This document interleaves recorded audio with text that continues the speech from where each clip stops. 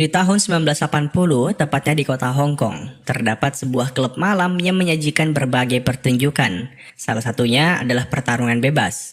Sebelum acara dimulai, orang-orang diminta untuk memasang taruhannya. Uniknya lagi, pertarungan ini benar-benar tak memiliki aturan sama sekali. Jadi, para petarung dipersilahkan untuk mengalahkan musuhnya dengan berbagai cara.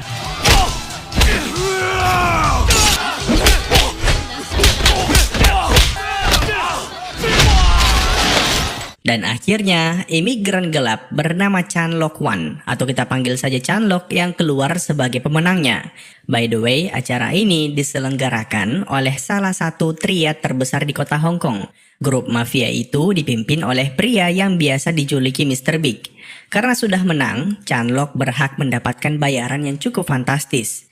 Namun sebelum upahnya diberikan, Mr. Big menawarkannya untuk menjadi anggota triad. Sayangnya, tawaran itu langsung Chan Lok tolak karena sejak awal ia datang ke Hong Kong hanya untuk menjadi warga sipil biasa. Makanya uang tersebut rencananya ia gunakan untuk membeli identitas baru. Tapi tiba-tiba Mr. Big bilang kalau begitu biar dia yang mengurusnya karena sejak awal Mr. Big punya kenalan di Dukcapil.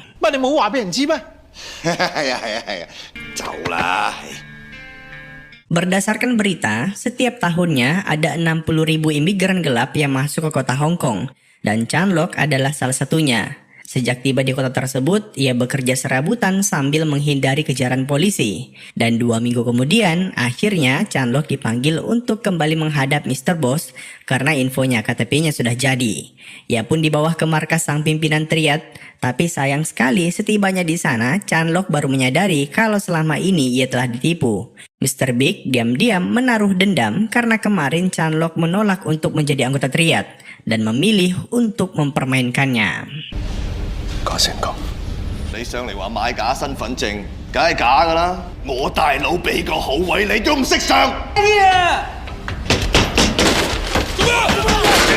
Nekat bukan main, Chan Lok kemudian mencuri satu tas penuh uang dari markas sang bos mafia. Alhasil ia pun dikejar oleh seluruh bawahan Mr. Big. Untung saja ia berhasil kabur menggunakan bus.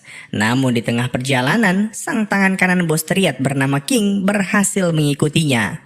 Untung saja karena Chan Lok jago bertarung, sedikit banyak ia berhasil memberikan perlawanan.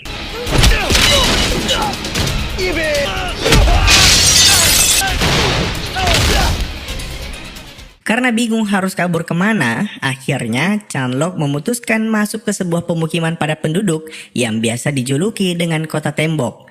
Terlihat King tiba-tiba menghentikan pengejarannya dan takut untuk masuk ke sana. Ternyata wilayah tersebut berada di bawah kekuasaan triad saingan Mr. Big. Tapi masalah belum selesai karena Chan Lok baru menyadari kalau tas yang ia curi ternyata tidak berisikan uang, melainkan penuh dengan narkoba. Di tengah keputusasaan, tiba-tiba ia melihat seorang warga yang kebetulan sedang menggunakan narkoba. Menolak untuk menyerah, Chan Lok pun akhirnya mencoba mendatangi pengedar narkoba yang berjualan di wilayah tersebut.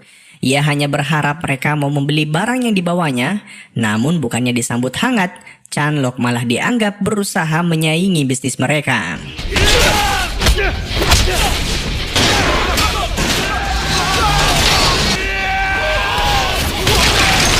Karena tak ada pilihan lain, Chan Lok terpaksa kembali bertarung. Dan kali ini ia bertarung sekaligus melampiaskan kekesalannya yang tak berhenti bernasib sial. Namun begitu semua pengedar itu berhasil ia kalahkan, tiba-tiba salah satu petinggi triad di kota tersebut bernama Sin langsung mencoba membunuhnya. Yang menjadi masalah, Sin sangat handal dalam menggunakan pisau.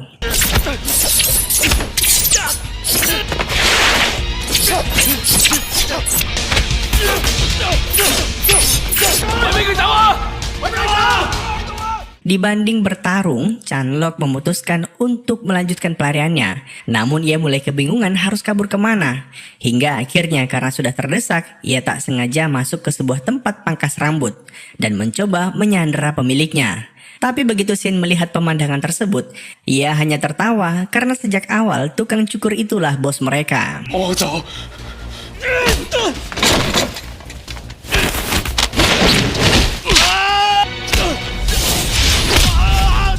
Chanlok pun terluka parah dalam sekali serangan.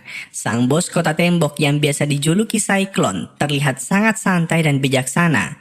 Begitu menyadari akar permasalahannya, ia pun mempersilahkan Chanlok untuk kabur, asalkan berjanji tak lagi berbuat keributan di kota ini.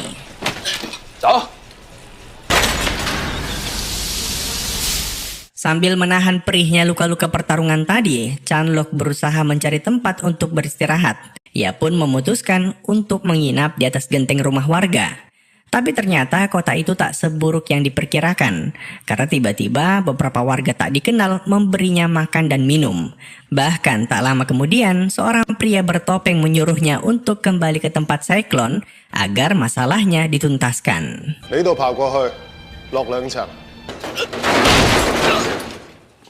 Chanlok pun mulai bercerita kalau ia datang ke Hong Kong karena tak lagi memiliki keluarga di kota asalnya.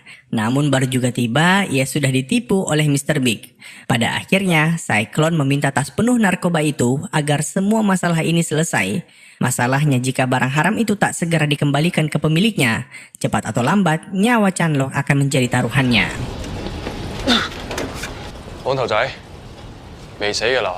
Malam itu, Tuan Cyclone seorang diri menyusup ke markas Mr. Big. Tanpa basa-basi, ia menyerahkan semua narkoba yang Chanlok curi tadi, plus segepok uang, agar Mr. Big mengampuni nyawa anak muda tersebut.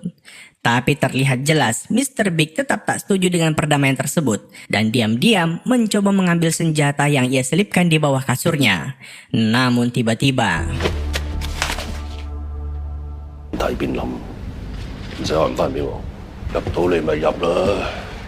Sementara itu, semua luka Chanlok akhirnya diobati oleh si pria bertopeng tadi yang biasa dijuluki Evie. Ternyata selain suka mengoleksi video bokep, pria satu ini sangat ahli dalam pengobatan. Dan alasan mengapa ia menggunakan topeng karena sejak awal wajah dan tubuhnya penuh dengan luka sayatan. Tak lama kemudian, Sin muncul dan mengabarkan bahwa masalah Chanlok dengan Mr. Big sudah diselesaikan. Tapi ia juga diminta untuk menebus biaya yang Mr. Cyclone sudah keluarkan untuknya. Evie bilang untuk mengumpulkan uang sebanyak itu, Chanlok tak perlu khawatir. Karena di kota tembok, semua orang bisa menghasilkan uang asal mau bekerja.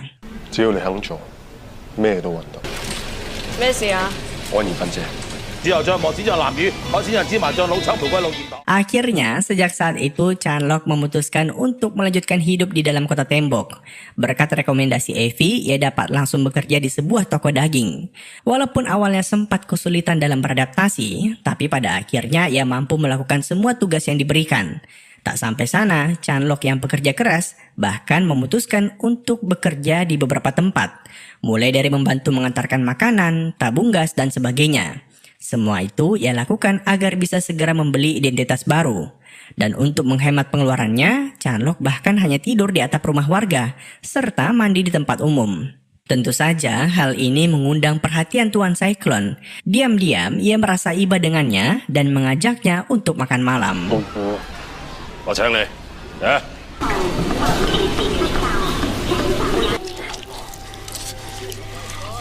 Baru kali ini Chanlok merasakan nikmatnya makan nasi daging. Sambil makan, Tuan Cyclone mulai mengajukan beberapa pertanyaan, seperti mengapa Chanlok bersikeras mendapatkan identitas baru dan sebagainya. Dengan lugunya, ia pun menjawab semua pertanyaan itu dengan gamblang. Bahkan tanpa ragu, Chanlok memohon agar Tuan Cyclone mau membantunya mendapatkan KTP Hong Kong. Tapi sayangnya tawaran itu ditolak. Namun paling tidak sebagai bentuk supportnya, Tuan Cyclone memberikan Chanlok tempat tinggal baru. Dengan begitu, ia bisa tidur nyenyak sampai dirinya berhasil mengumpulkan cukup uang dan bekerja di pusat kota Hong Kong dengan bebas.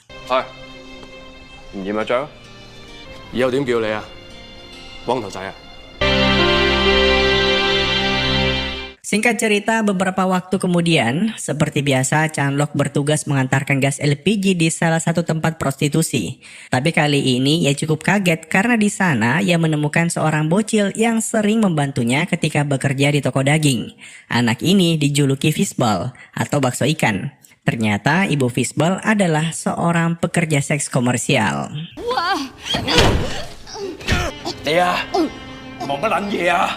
Mereka berdua kecanduan obat-obatan terlarang, makanya tak heran jika Fishball bekerja di toko daging sejak kecil, karena kedua orang tuanya tak mampu merawatnya. Keesokan harinya, ayah Fishball lepas kendali dan membunuh istrinya sendiri saat sedang teler. Parahnya lagi, jasad ibu Fishball dibuang ke atap genteng agar dikira mati akibat jatuh dari ketinggian. Chanlok dan warga lainnya segera berkumpul di lokasi untuk membantu menurunkan jasad tersebut. Tapi bagaimanapun juga, kejadian ini benar-benar memberi luka yang mendalam bagi Fishball. Hingga akhirnya anak kecil yang tak pernah menangis itu pun tak bisa lagi membendung air matanya.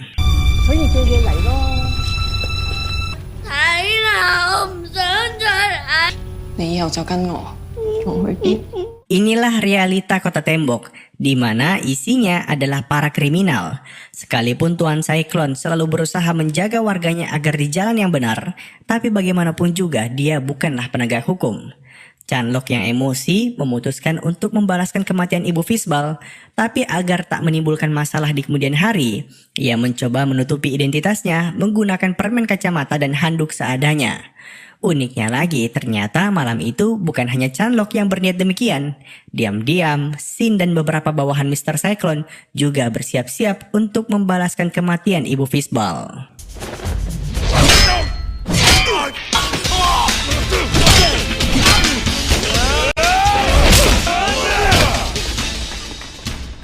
Setelah menghajar ayah Fishball hingga babak belur, mereka berempat kemudian kabur dari lokasi. Namun di sini uniknya kita kembali diperkenalkan salah satu petinggi triad yang biasa dipanggil dengan Tony. Walaupun Chanlok orang baru, tapi karena kejadian ini, mereka berempat akhirnya mulai banyak menghabiskan waktu bersama. Contohnya bermain mahjong.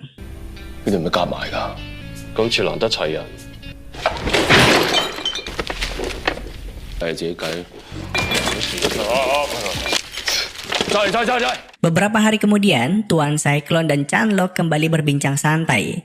Tapi kali ini keduanya terlihat sangat akrab. Bahkan Tuan Cyclone bilang, lain kali kalau mau menghajar orang jahat tolong ajak-ajak ya.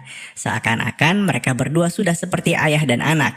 Chanlok sendiri tak menyangka kalau ia bisa menemukan kedamaian di balik pemukiman kumuh ini.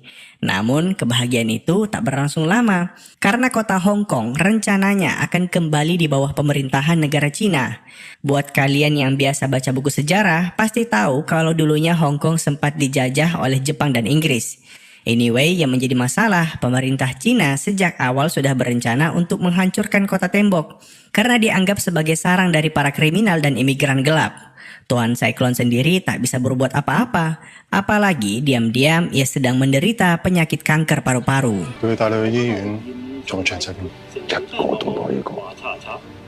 Beberapa waktu kemudian, Tuan Cyclone mendatangi teman baiknya sekaligus pemilik tanah dari Kota Tembok bernama Chow. Setiap bulannya, uang sewa dari semua warga di sana dikumpulkan oleh Cyclone untuk dibayarkan kepadanya. Disinilah kita mempelajari asal-usul dari Kota Tembok, di mana ternyata puluhan tahun lalu kota ini memang sudah menjadi sarang dari para kriminal. Kala itu wilayah tersebut dikuasai oleh dua kubu gangster, yang satunya dipimpin oleh Chow dan satunya lagi dipimpin oleh seseorang bernama Jim. Hingga suatu hari perebutan di wilayah tersebut berakhir berkat kehadiran Cyclone. Ia membantu Chow mengalahkan Jim dan sejak saat itu tak ada lagi pertikaian. Tapi masalahnya sampai saat ini dendam Chow belum sepenuhnya terbalaskan karena istri dan kedua anaknya dulu dibunuh oleh Jim. Sekalipun ia telah mati, Chow tetap ngotot untuk membantai keluarganya yang sampai saat ini belum juga berhasil ia temukan.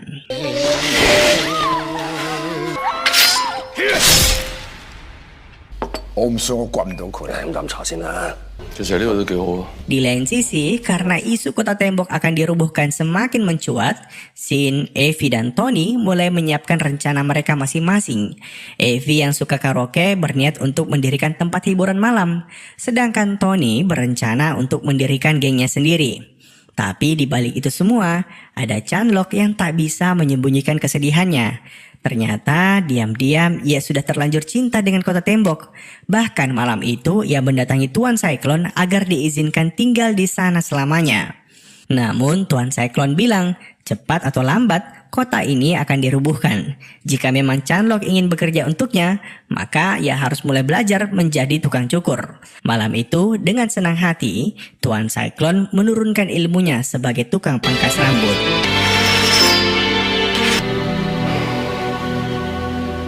Di saat yang sama, Tuan Chow akhirnya mengetahui siapakah nama dari anak Jim.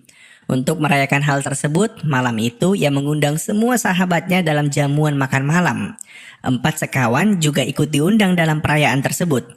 Namun sebelum berangkat, Sin sempat menjelaskan secara singkat kronologi perseteruan antara Chow, Jim, dan Cyclone di masa lalu. Disinilah Chanlok mempelajari asal-usul dari kota tembok. By the way, ada satu lagi pimpinan gangster di masa lalu yang sempat ikut membantu Chow dalam mengalahkan Jim. Orang itu dijuluki Tuan Tiger. Dan singkat cerita, begitu sampai di rumah makan, Chanlok bersama kawan-kawannya langsung menyapa para petinggi sebelum akhirnya dipersilahkan makan bersama di meja yang berbeda. Namun ada yang ganjal dalam pertemuan ini, karena sejak tadi Tuan Cyclone terlihat murung begitu tahu Chow telah berhasil menemukan identitas dari anak Jim.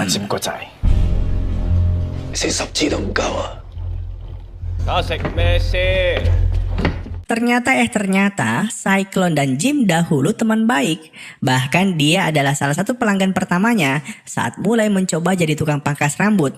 Entah bagaimana ceritanya, mereka bisa begitu akrab namun tiba-tiba harus berseberangan. Tapi pada intinya, malam ketika perang besar terjadi, sebenarnya Jim dan Tuan Cyclone tak tega untuk saling membunuh satu sama lain.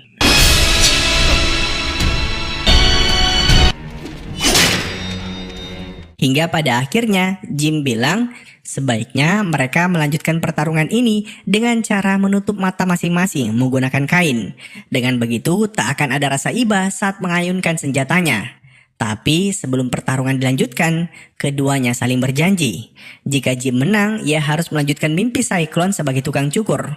Namun sebaliknya, jika Cyclone yang menang, ia harus memastikan keselamatan dari anak dan istri Jim.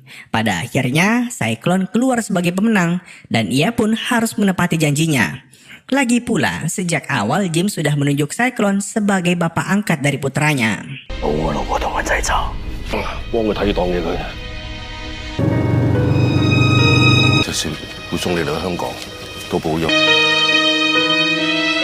Singkat cerita, begitu pesta selesai, Tuan Tiger berpesan ke Tony untuk segera membantunya mencari putra Jim.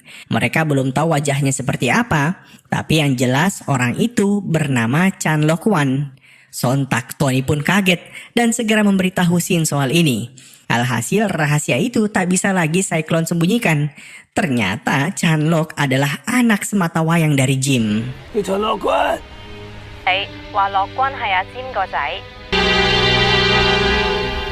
Di saat yang sama, saat ini pemerintah kota Hong Kong mulai mencari cara untuk menggusur penduduk kota tembok. Mereka pun meminta bantuan Mr. Big untuk mengalahkan siapapun orang yang berkuasa di sana. Sebagai gantinya, nanti begitu ada biaya ganti rugi tanah, dialah yang akan menerima uangnya. Mr. Big pun setuju dengan tawaran tersebut, makanya keesokan paginya ia mendatangi Chow untuk menyerahkan dokumen ataupun foto dari orang yang ia cari-cari selama ini. Disinilah Mr. Chow menyadari kalau Chanlok adalah anak muda yang sempat ia sapa tadi malam.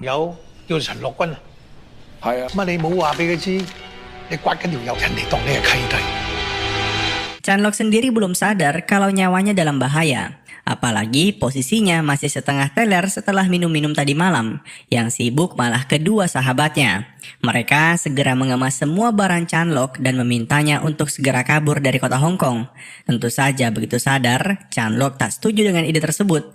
Karena sejak awal ia bahkan tak pernah mengenal siapa ayahnya. Namun Tuan Cyclone tak punya pilihan lain.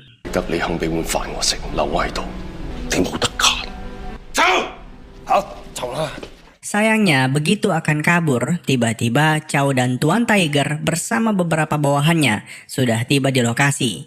Tanpa basa-basi, mereka berencana untuk langsung mengeksekusinya di tempat. Selama proses tersebut, Cyclone meminta bawahannya untuk tak ikut campur. Alhasil, Chanlok dikeroyok sedemikian rupa. Tapi tetap saja ia berhasil memberikan perlawanan sengit.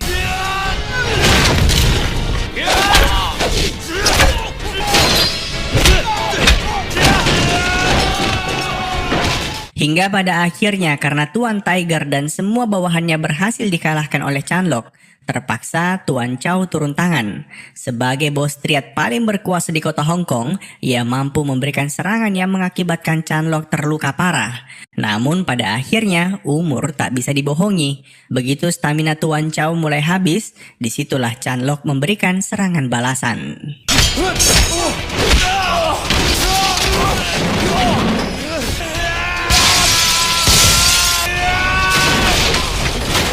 Karena Chow tak kunjung menyerah, Chanlok berniat untuk sekalian saja membunuhnya. Namun aksi itu gagal karena Tuan Cyclone tiba-tiba memukulnya. Tapi pukulan itu bukan berarti ia membela Chow, melainkan untuk menghentikan semua kekacauan ini. Sayang sekali bukannya bersyukur karena telah diselamatkan oleh sahabatnya, Chow malah tetap ngotot untuk membunuh Chanlok. Hingga akhirnya...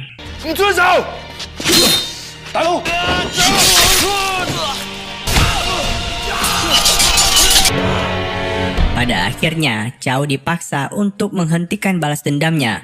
Lagi pula, Chanlok sudah terluka parah akibat serangan tadi. Tapi bukannya bersyukur karena telah dibiarkan pulang dengan kondisi utuh. Siang itu, Chow malah langsung pergi meminta bantuan Mr. Big. Namun sesampainya di sana, ia hanya bertemu dengan King. Dengan angkuhnya, ia mengatakan bahwa Chow bisa mendiskusikan masalah apapun dengannya. Lagi pula, semua kerjaan bosnya dia juga yang urus. Namun baru juga ngomong gitu, tiba-tiba Mr. Big muncul. Alhasil, King langsung dihukum karena dianggap bersikap arogan dan melebihi kapasitasnya.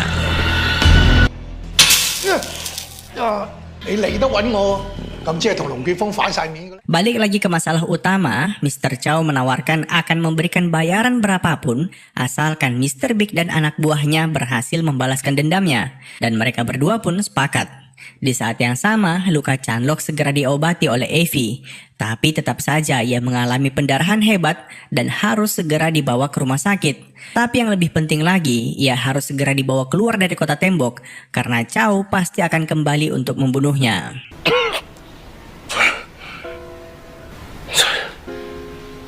Tak lama kemudian, Mr. Big dan anggotanya tiba di kota tembok. Shin ngotot untuk maju seorang diri menghadapi mereka semua dan menyuruh bosnya untuk kabur duluan. Tapi ide itu ditentang oleh Cyclone. Di saat yang sama, Tony yang saat itu berada di markas Tuan Tiger meminta izin agar dibiarkan pergi menyelamatkan Tuan Cyclone. Karena dulu dialah orang yang menyelamatkannya dari kecanduan narkoba.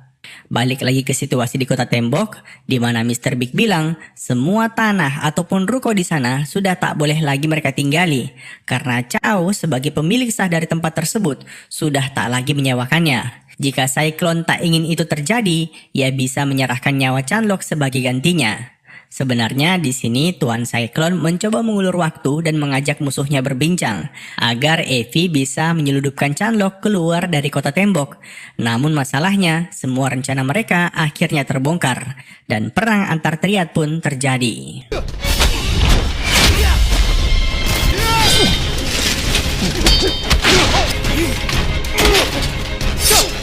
Shin dan Evie berusaha membawa kabur Chanlok keluar dari kota tembok. Tapi di tengah pelarian, tiba-tiba King muncul. Dan ternyata sosok King ini memiliki kemampuan seperti debus, di mana pisau Shin dibuat tak berguna dalam melawannya.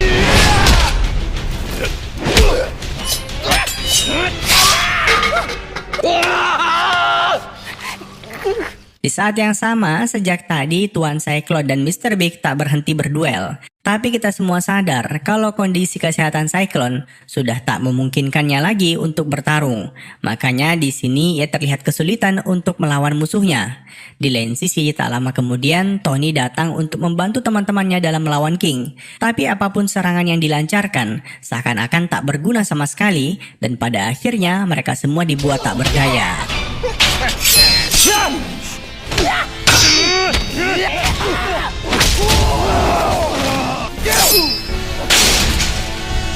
Menyadari hal itu, Tuan Cyclone memutuskan membantu anak buahnya dalam mengalahkan King.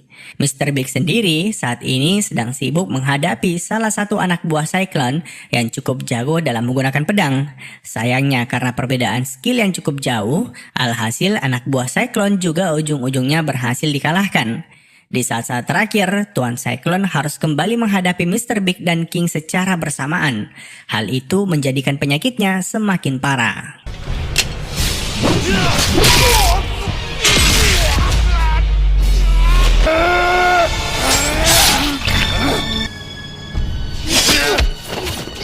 Di penghujung nafasnya, Tuan Cyclone mengorbankan dirinya untuk mengurung King dan Mr. Big di dalam sebuah ruko. Dengan begitu, Evie, Sin, dan Tony bisa membawa kabur Chandok keluar dari kota tembok dengan selamat. Tapi tentu saja tak satupun dari mereka yang setuju dengan tindakan tersebut. Namun mau bagaimana lagi, karena itu sudah menjadi keputusan dari Tuan Cyclone. Dibanding menyia-nyiakan pengorbanannya, Sin segera mengangkut Chandok keluar dari wilayah kota tembok. Tubuhnya diletakkan di pinggir jalan agar warga segera memanggil bantuan polisi. Namun hingga saat itu tiba, Sin dan teman-temannya masih harus menghadapi anggota Mr. Big yang sejak tadi tak berhenti mengincar nyawa Chandok.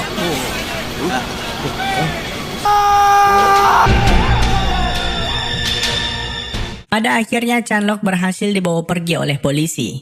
Dan keesokan harinya kita bisa melihat Mr. Chow yang datang ke kota tembok untuk menagih janji Mr. Big. Tapi sesampainya di sana yang ada ia malah dikhianati.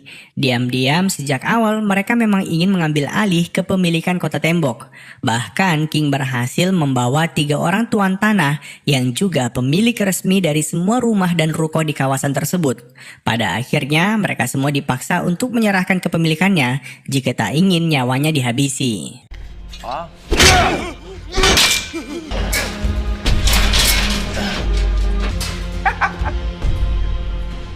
Entah kenapa, tapi Mr. Big merasa King seakan-akan mulai mengambil alih kekuasaannya. Semua ide ini bahkan ia jalankan tanpa berdiskusi dengannya terlebih dahulu. Namun di sini Mr. Big tak ingin memikirkan hal tersebut lebih jauh karena kesehatannya semakin memburuk akibat serangan Cyclone kemarin. Sementara itu, King sendiri diam-diam menaruh dendam ke Mr. Big yang selama ini dianggap tak pernah menghargai loyalitasnya. Alhasil malam itu ia memutuskan untuk melakukan kudeta.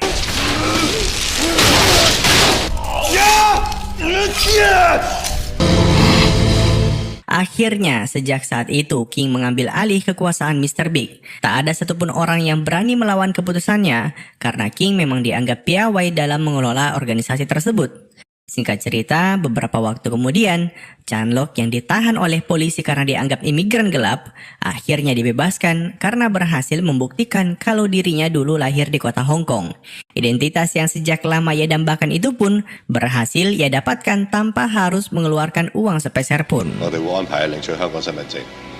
Begitu semua urusan dengan polisi selesai, Chandok kemudian mendatangi markas Tuan Tiger untuk mencari keberadaan dari ketiga sahabatnya. Awalnya kehadiran Chandok ditolak, namun karena ia berjanji akan membalaskan kematian Cyclone, akhirnya Tuan Tiger memberikan informasi yang diminta. Ternyata Evie, Tony, dan Sin sekarang tinggal di pinggir pantai. Keberadaan mereka disembunyikan setelah pertempuran kemarin karena khawatir King akan datang untuk balas dendam.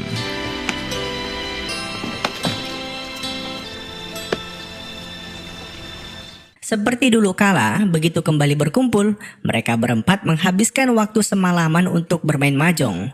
Walaupun dalam kondisi yang cukup memprihatinkan, mereka terlihat sangat menikmati kebersamaan singkat tersebut. Namun begitu pagi tiba, diam-diam Chandok telah pergi dari sana. Ternyata secara tidak langsung, ia ingin berpamitan ke teman-temannya sebelum pergi membalaskan kematian Cyclone. Ia sadar kalau teman-temannya kemarin telah berjuang mati-matian demi menyelamatkan nyawanya. Maka dari itu, Chandok tak ingin lagi merepotkan mereka lebih jauh.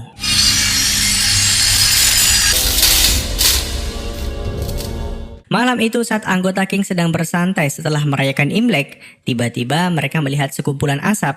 Ternyata diam-diam Chandok sengaja menggunakan asap tersebut agar pandangan musuhnya terbatas. Dan dari sini ia mulai menghabisi mereka satu persatu menggunakan serangan dadakan.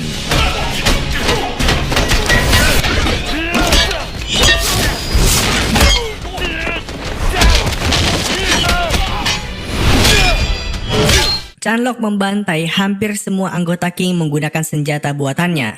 Tapi karena jumlah mereka terlalu banyak, pada akhirnya ia pun mulai kesulitan. Untung saja tak lama kemudian ketiga sahabatnya tiba-tiba menyusul ke lokasi. Sekalipun masih dalam pemulihan, Shin, Evie dan Tony siap untuk mempertaruhkan nyawa mereka pada pertarungan kali ini.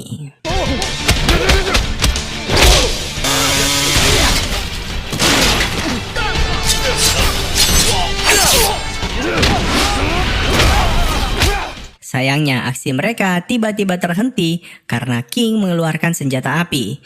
Ia menembakkannya secara membabi buta hingga orang-orang pun lari ketakutan.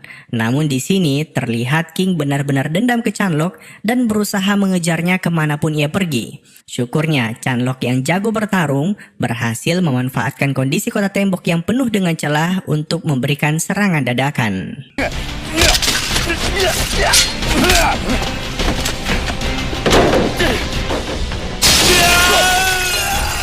Sementara itu, Shin, Tony, dan Evie sibuk mengalahkan anggota King yang seakan tak ada habisnya. Untung saja kemampuan bertarung mereka di atas rata-rata dan tak butuh waktu lama semua musuhnya berhasil mereka habisi. Dari sini mereka bertiga kemudian segera menyusul Chanlok yang saat itu sedang kesulitan dalam melawan si ahli debus.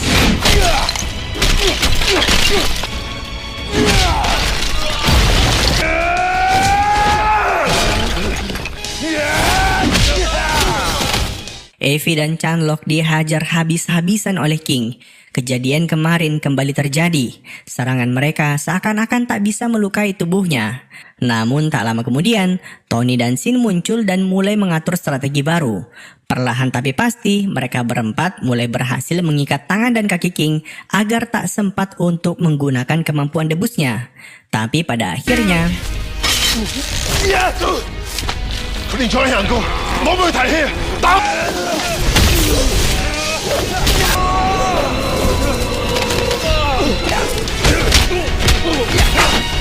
mereka semua dihajar habis-habisan dan King hanya mengalami luka yang tak seberapa selama pertarungan tadi. Alhasil, Shin tiba-tiba mencoba mengorbankan nyawanya dengan cara berusaha mendorong King agar jatuh dari ketinggian. Tapi serangan tersebut berhasil dihentikan hingga akhirnya Chanlok datang untuk juga ikut mengorbankan nyawanya.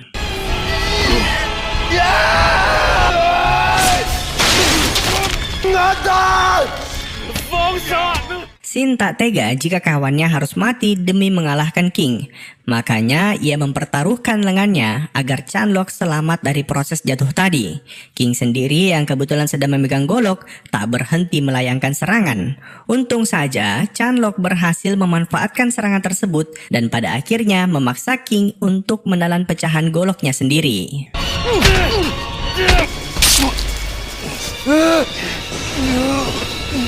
Ternyata berkat serangan tersebut, kini King tak bisa lagi menggunakan ilmu kebalnya. Chanlok dan teman-temannya langsung memanfaatkan momen tersebut untuk memberikan serangan bertubi-tubi. Hingga akhirnya...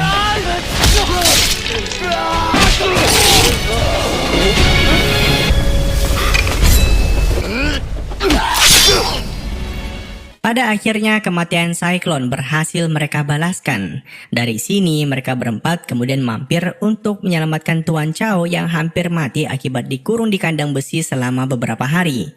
Chanlok sendiri tak menaruh dendam karena ia hanya ingin semua pertikaian ini selesai.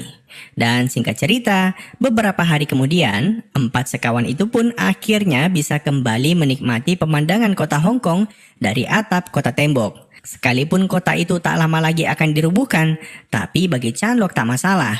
Seperti kata Tuan Cyclone, bukan kota tembok yang membuatnya nyaman, melainkan orang-orang yang berada di dalamnya. Selama Chanlok bisa berkumpul dengan kawan-kawannya, ia akan selalu menemukan yang namanya kebahagiaan. Dan dengan begitu, film pun tamat. Terima kasih telah menonton, sampai jumpa di film selanjutnya. Jangan lupa komen, like, dan subscribe.